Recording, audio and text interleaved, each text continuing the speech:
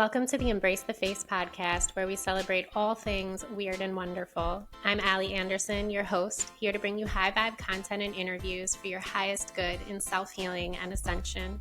May these episodes bring you all you need in each now, and I thank you for listening, as always.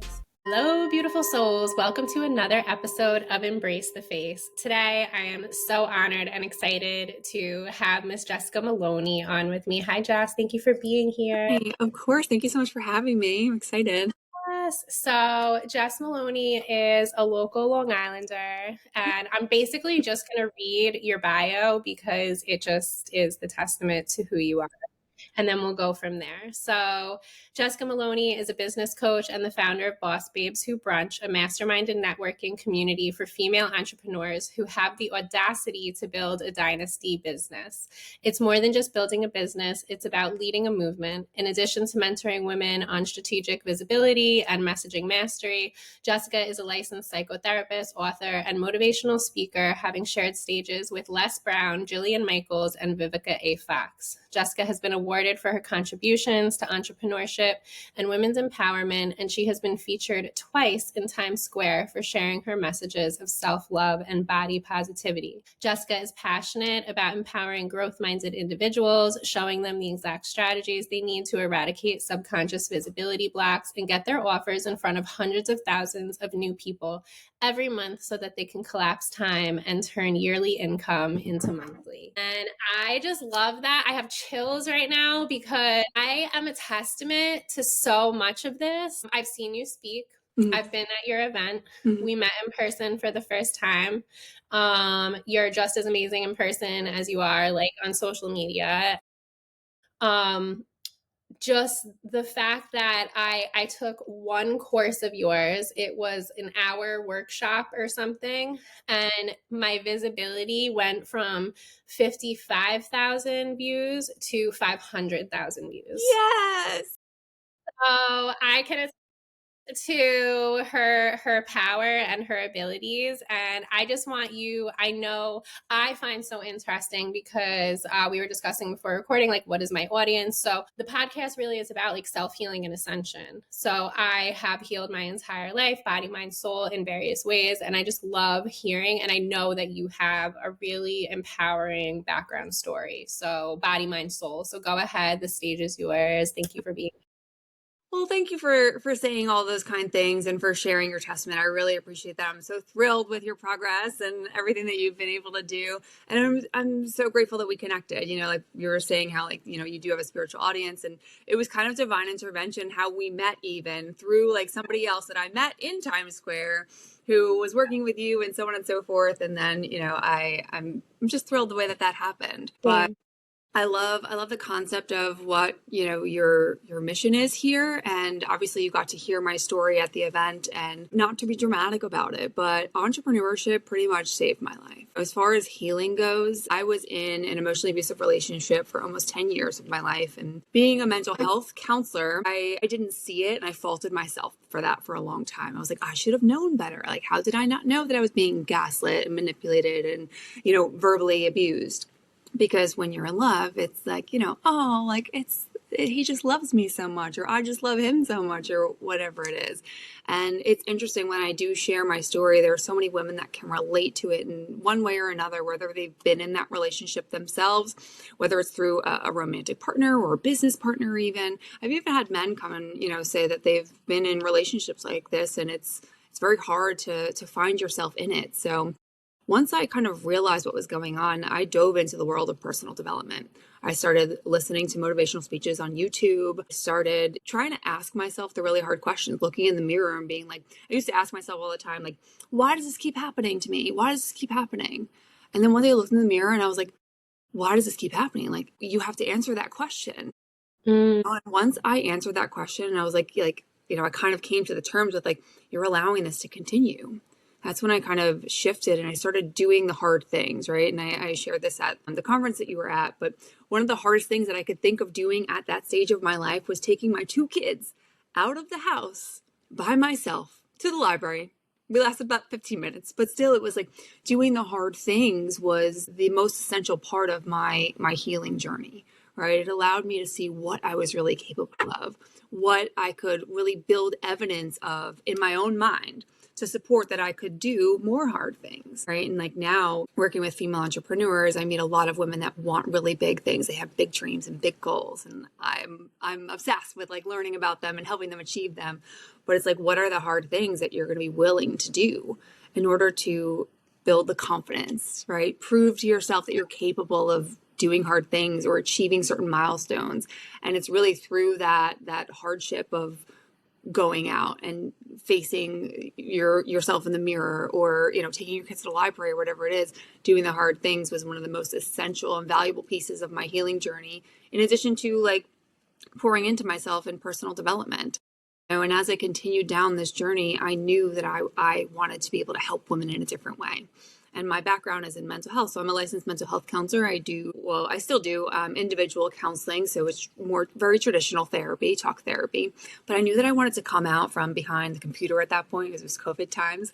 I was like, I want to come out from, behind the couch, out of the office, behind the computer screen, and help women in a different way, to know who they are, to know that they are worthy of good things, even if nobody's ever told them that, or even if they've had people beating them down their whole life. Like, I'm also somebody who's struggled with depression and anxiety since I was a teenager. So working through all of those things, and the things that I told myself, let alone the things that other people told me about who I was or what I was capable of, like, they weren't great. So it's the rewiring of your mind. And like, once I learned that that was possible, it was like literally my mind was blown. I was like, wait, what? We can do what? We're capable of what? Literally mind blown of rewiring the mind. Yeah. Mind blown, right? And I was like, okay, like I started listening to a bunch of different people on like how to make this happen. And then to be able to do it for myself, I was like, more people need to know. More people need to know about this. So I hired my first business coach, and I asked for a divorce a month later.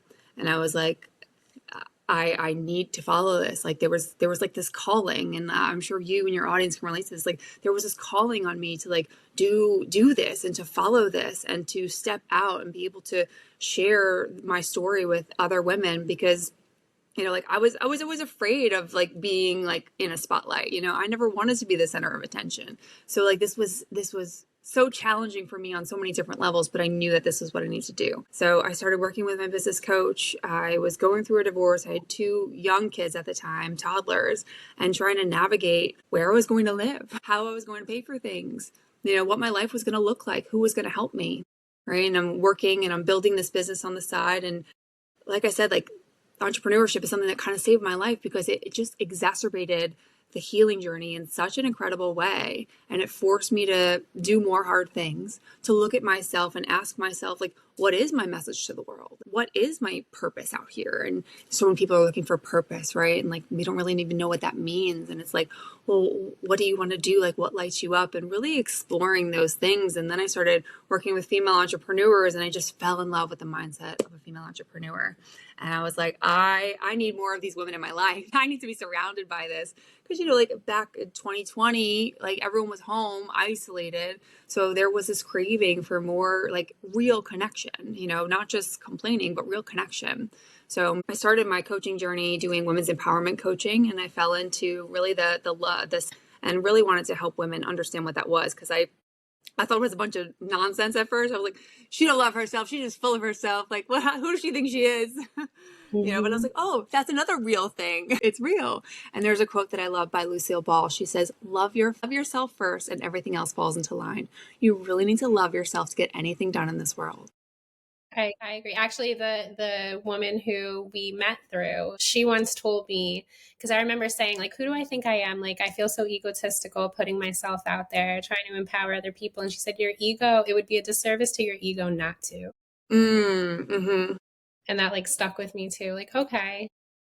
I know. And it's like, it's interesting when you put yourself out there in the world, right? Because, somebody's made a comment about like page and how it's just me all over the place. And they were like, oh, never, like, just like, you're just all, it's just all about you. And I was like, not really. Like, they're not reading anything. Yes, if they're not reading between the lines or the message or actually paying attention, I agree 100%. Yeah, but also as like, like somebody who grew up in like as social media evolved, right? Like it didn't exist. Like I watched it come to life. Yeah. maybe like, like too, like when you used to see people out there like posting their food or like doing selfies, you're like, look at that loser.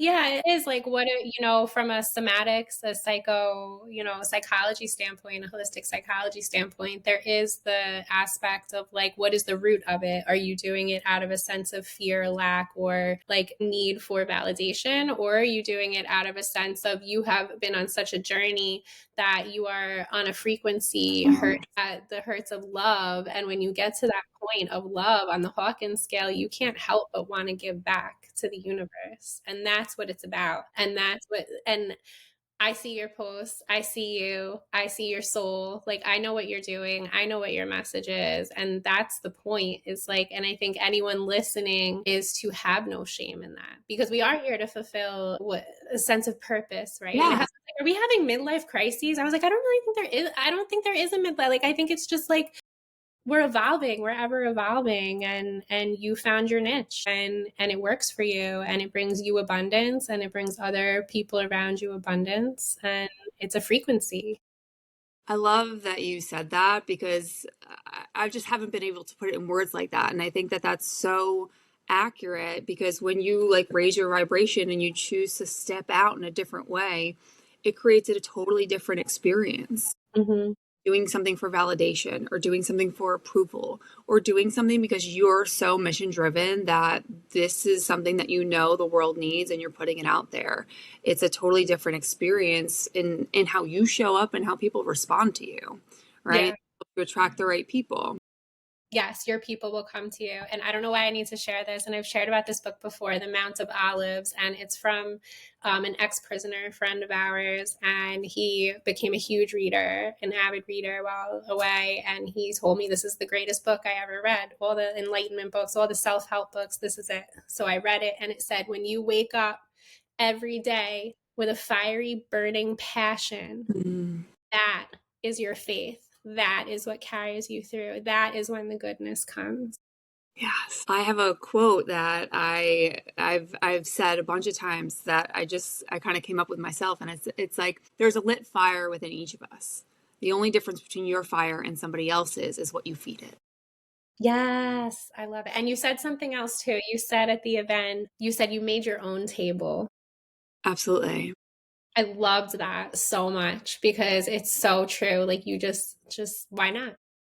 Yeah, and I made a post about that recently, and it's interesting. I got a lot of comments about how people feel like it's like their family oftentimes that doesn't make a seat for them at the table. And for me, it was more of, like you were saying before, like midlife crisis. I don't think that it's necessarily midlife crisis. I think it's just like, when you get to a certain point, you stop living for everybody else, and you finally start asking yourself, like, what do you want? Or at least that was true for me. So like, I just turned 40 a couple months ago, and like now I'm in this whole new, like, my life now is like nowhere near what I thought it was ever going to be. And it's like, I'm so thrilled about that though, because like, I love this. Like, I love what I created, like for a long time, like I said, as like a teenager, like if I didn't have a seat at the table, I'd go home and cry about it. Right. Yeah. So like, I was just kind of a victim to circumstance for so long. And then, going through my personal development journey and really seeing myself for the first time in over 35 years, when I encountered that next challenge where I didn't have a seat at somebody else's table, I was like, I'm gonna build my own. I might have cried about it a little bit, but then I was like, I'm gonna build my own. Yeah, you gave yourself a pity party for a minute. Yeah. No, I think that's amazing. That's how it should be. And then your people will just come. Like, if you build it, they will come. Yeah. Yeah. Well, I mean, it's so funny. I was thinking about that exact thing the other day, and I was like, yeah, you can build it, but then you have to like, you have to nurture it. You have to like be invested in it, and like, I almost wish it was like that easy, right? If you build it, they will come. But like, it's kind of about embodying it, and like fully, yeah, fully being invested in what it is that you're doing, with that perspective of like, I'm doing this because I'm fulfilling a purpose, and it satisfies me. Mm-hmm. And if like, I know that other people can benefit from that too. Yeah. Yeah, so I think that's a key component in general in life. And then, so when it comes to social media and how, I mean, I remember from the workshop that you were talking about, it was just a lot about being embodied in who you are and speaking, like having a framework, definitely having a framework, which was like clearly it worked, but really just the message is coming from within. I feel like it has to come from that embodied nature. Yeah. Yeah. I mean, it's a lot of your experience too. Mm. Being in touch with your feelings doesn't have to be like, people used to call me like too sensitive, right? Or too emotional. And it Mhm. doesn't necessarily have to be that because, there's the component of emotional intelligence and emotional resilience that come into everything that we do. Right? So being able to recognize the emotions that you have, whether you're pissed or you're sad or you're in love or it's whatever it is, being able to channel that into like whatever it is you do, your purpose, your message, the things that you want to do out in the world. It's like that. I think that's a massive piece of what makes you unstoppable. Yeah, yeah. And I feel like also going back to the women or the people who commented that they feel like their families don't hold a seat for them at the table. That is very common, Hmm. also amongst people in my world, men and women. And, I feel like if there's a message for it, it's like just continue to do your own self discovery, because when you continue to do that work, the idea is nurturing it, right? Like it's like sowing a seed. You have to plant the seed, you have to water the seed, you have to nurture it, you have to sing to it, you have to talk to it, you have to feed it, and then it blooms and it blossoms. And it's like when you are that seed, when you are doing all of that work, then it can't help but spread to everyone else and people start listening. And I don't know about you, but there are so many people in my life that have either just completely are not a part of my life anymore, which is, I have found for the better, or there's the people who are raising their frequency now because of that neuroplastic effect. I like to call it like the planting the subconscious seed. Yeah, Like yeah, yeah. it's not, and it's not for like, negative intention. It's Of course. I too have rewired my brain. It's to show you like this is possible and you can live. Fuck what everyone else thinks at the dinner table. They're going to tell you what they feel anyway, but that's just their perception because of the mirror. Yeah. So keep doing you, right? Like keep Yeah. just showing up. And it ties into this whole personal evolution that we're talking about, and also having boundaries and feeling really secure in knowing that it's okay. Like, it's okay if somebody doesn't approve. It's okay if somebody doesn't understand, right? Like, I'll still like talk to my family, like, how's that little business going? Like, how's work? And I'm like, fine, it's great. Yeah. Yeah. Because they don't get it, right? And I always tell my clients, I'm like, your vision was given to you for a reason. Not Hmm. everybody has it. Not everybody can see it. They're not meant to, which is why sometimes it can feel really lonely, which is another reason that I created Boss Babes Who Brunch, to be a supportive community, to be a place where you're not just coming for support, as much as it is, but it's a place where we push you forward, where we call you forward to like rise to the occasion, right? We'll be there for where you are, but the women that I work with are out here for more. They're out here to grow and scale and become the next level of themselves so that their business can reach the next level, so their income can reach the next level.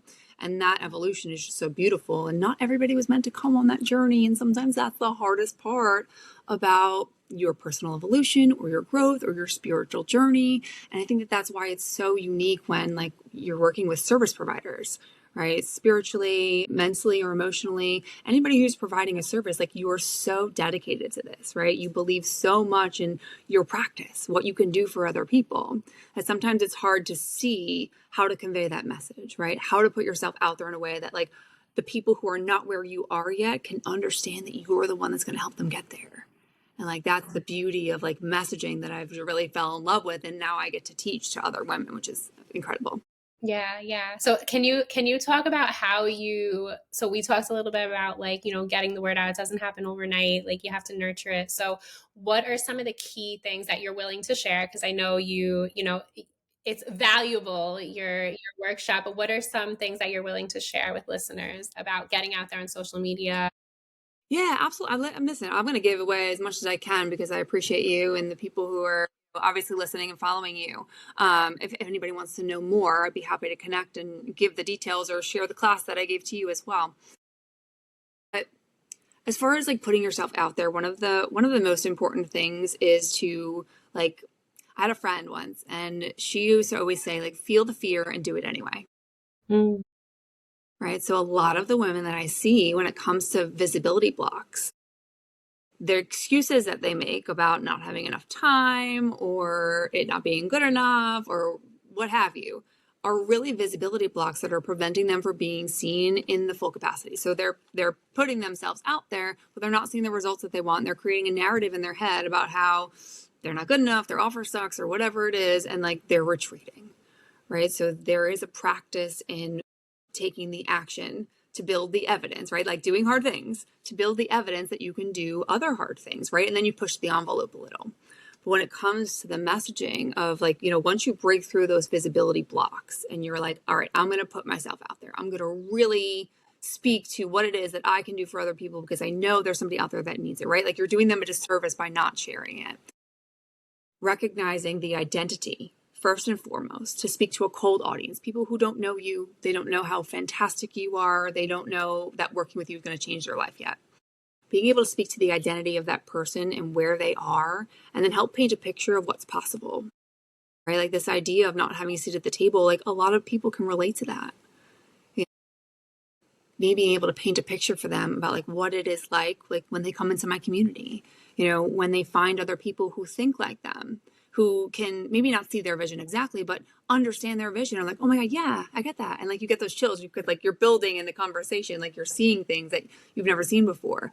Right. So like the first component when you're seeking higher levels of visibility is to know who it is that you want to talk to, understanding where they are right now and also where they want to go. And then we go into more like sales driven content or messaging when you're speaking to why you're the one to help them get there, the bridge that you help them over, and then the results that you're able to get for them in the end. There's a whole framework to it, but like those are the core pieces, right? Speaking to who it is, knowing where they are, being able to position yourself as the one that's going to help them get to wherever it is that you take them, what the bridge is like in order to go, and then the results when they get there. I love it. Thank you so much for sharing. Of Like step course. by step. And it seems so logical. Like Yeah. it's so like easy. Like, okay. And I try so hard not to use AI. Like I strive so hard. So since I took your workshop, I'm like always trying to like channel, go into like meditation and like do my own little AI thing. But like it it's hard to, I have to say, like it's hard to get that wording. But once you start to figure out like what does work and what catches people's attention, it's like, okay. Mm-hmm. And and I still like, I'll still revert back to like my old messaging of just like sharing a random post. But like the ones that I really focus on, those like key points are the ones that I think I have like almost 1 million views. On the one that I sent you that had like the few hundred. Now it has like almost 1 million. Yeah. So, and you never know, that one person could be your next customer, could be your next client, could Right. be, and it was being not afraid to be seen, to share a personal story and how it can then help you. Yeah. Yeah, for sure. Yeah. And I like that, like, for like when we're talking about Instagram, right? I'm gonna get like into like the nerdy stuff, right? But like when you talk about like Instagram and like trying to create like a platform there and be seen there, and maybe you feel intimidated being on your page where like, your friends or your family or, people who are following you can see everything that you're doing. Like when I use trial reels, it's a great place to test like what works and what doesn't work without you having to feel a type of way about it, because the people who know you or following you already, they're not seeing those things. Yeah, it's almost like the room behind the curtain. You can go, you can like be whoever you want to be in trial reels and like see what you can get. Yeah. And sometimes I get really good feedback, and then I'll take that and I'll put it on my other platforms because I'm like, okay, this one is good. Yeah. But yeah, it's definitely like it's a wild world out there for sure. Beyond. I mean, like I haven't even scratched the surface. Like, like talk to people and you see like what's in their algorithm and I'm like, I don't even know that was out there. Like I don't want to know about that. Yeah, no. But you were saying something about AI before and I wanted to just say like, even when you're trying to figure some of this stuff out, whether it's your messaging or how to put yourself out there, AI is a great tool to like bounce questions off. Like maybe you don't want to write your content and that's okay. Or maybe you give it the ideas and then it generates the content. But when you're trying to figure out like who your ideal client is, right? Like, I mean, I have a sheet for that I'd be happy to share with your audience for free. But if you're trying to figure out like who you want to speak to and you're like, I don't know, everybody, right? Like, helping, like asking AI to ask you questions so that you can refine that, like sometimes that's a really great tool because it's like having a conversation with somebody that's completely unbiased and that can give you like just statistical feedback. Yeah, no, that is good to know. I do appreciate it for that aspect, like the behind the scenes stuff, like Yeah, for sure. analytics and like the data part of it. You were saying something about, oh, what were you saying? It was at your event and how you have your pillars, right, for the social media content. What I loved about the brunch was that while you have those pillars in general for like bringing in your clientele or you're building your business, you had like the greatest aspects alongside that, like as people speaking. So you had the marketing, you had the podcasting and the YouTube, you had the fashion aspect and the embodiment, whom I'm going to have her on my podcast soon Yeah. too. And I just love it. You had the integrative specialist, the Dr. Sabrina Gaia, like who Mm-hmm. talked all about like, the nervous system regulation and hormones and female, how we don't tick the same way as men, and we have to honor that and our nervous systems, especially in entrepreneurship. Mm-hmm. And it was just like these amazing just like aspects, like well-rounded aspects. So anybody who has not attended one of Jess's events, like please do. It's so, and I love how you're like, your family's like, how's your little business going? Like at least yours asks. Like I mean, some people ask me and like I'm happy to tell them, but like, girl, don't be shy. Like, yeah, my Glen Cove Mansion event was a fucking amazing time and it was abundant and it was great and you should be Yeah. there next time. Like, Yeah. They still are like, well, what do you do? Like, I don't yeah. do. And I'm like, I don't have the energy to explain it to people. Sometimes I'm like, nothing really. That's Yeah. my boundary. I'm just doing my thing. I'm like, I just help women like make millions of dollars in their business. That's it. Yeah. That's it. You're living the life. And obviously you are now in a place with your children and you're in a good state of flow and like you're just so empowering and enlightening and I love it. Thank you. Thank you. Thank you. And I'm so glad that you took so much from the event. Like that was a goal of mine to bring in experts from different avenues of growth, personal growth, business growth. It's all related, I think. I feel very strongly in that. Like I don't have a podcast. I'm a guest on podcasts and I enjoy being a guest. I don't want to have a podcast. I think like just the timing for me is like I don't have the time for that. But for other people, like they've made billions of dollars from a podcast. So why am I to say like you shouldn't have a podcast? That's not my job to say. But if somebody wants to grow their podcast, why not learn from somebody who's grown a podcast? Yeah. Like if you want to refine your style, yes, I can talk about leadership all day, but when it comes down to an expert in this field, why would I not bring them in to be able to add more value to the women that I'm working with or that I'm in connection with? And I think Do that you know that's what human design is? So important. Do you know are you like a projector or a I don't know. I'm familiar with it, but I don't know it. Yeah. Okay, I'm just curious because so I'm a projector because you speak so eloquently and like you're a wonderful presenter and you speak and you get your point across, yet you also are like a networker, like a generator, like you just bring people together and that's a gift in itself. So, there's something to be said about like that energy of just bringing people together. And I have been to a lot of Long Island events, to be honest, in the spiritual world, Mm-hmm. different communities, and yours was just very like uplifting and empowering and it did not feel competitive. There was no like hierarchy and it Yeah. really was. I mean, I have connections with people. I have like at least on one whole hand I can count one whole hand I made at least connections. So and Dang. yeah, and I'm sure there are people I'll keep in touch with, like, and it's Oh, awesome.